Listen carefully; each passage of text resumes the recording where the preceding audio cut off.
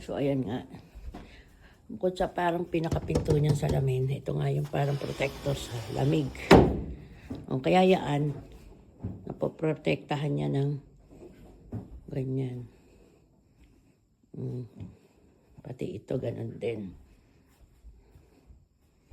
Ito, ganun din. Bukod dyan, may hole. Tapos, sasara mo to para yung lamig. Hindi masyadong pumasok. Ayan. Ganyan. Tapos, ito naman, may lagay ng mga damit. Mga gamit. Ito.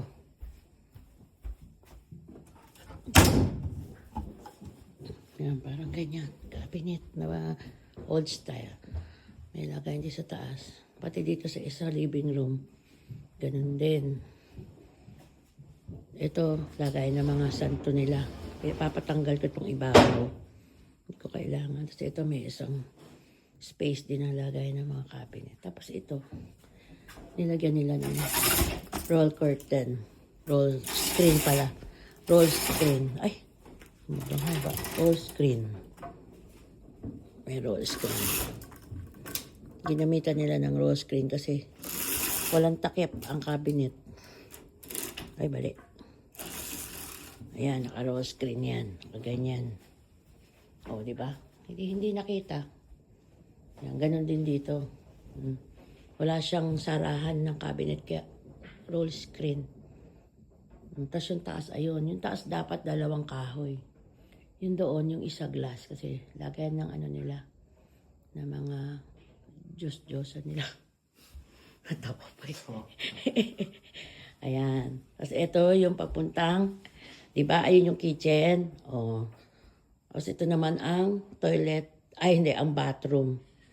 Bathroom yan. Liguan. Ito yung kitchen. Kaya pagpasok mo ng bahay, ayan ang hall. Papuntang living room. At kitchen na agad. O, diba? Tapos, eto katabi ang bathroom na may paakyat papuntang second floor yung taas. Tignan natin ang bathroom. Ayan ang bathroom. Yan. Pag sinara mo yan, may sarahan yan. Oh. Yan ang bathroom. Yan ang ilaw ng bathroom. Oh. Tapos nandiyan ang breaker. Ayan, ito luma nga lang itong nilagay ng mga tissue paper sa taas at kung anik-anik. Ito lalagay yung washing machine. Ito washroom, parang magtututbrush ka dyan. Kung anik-anik, ito yung lagay ng washing machine. Ayan o, nakaano na.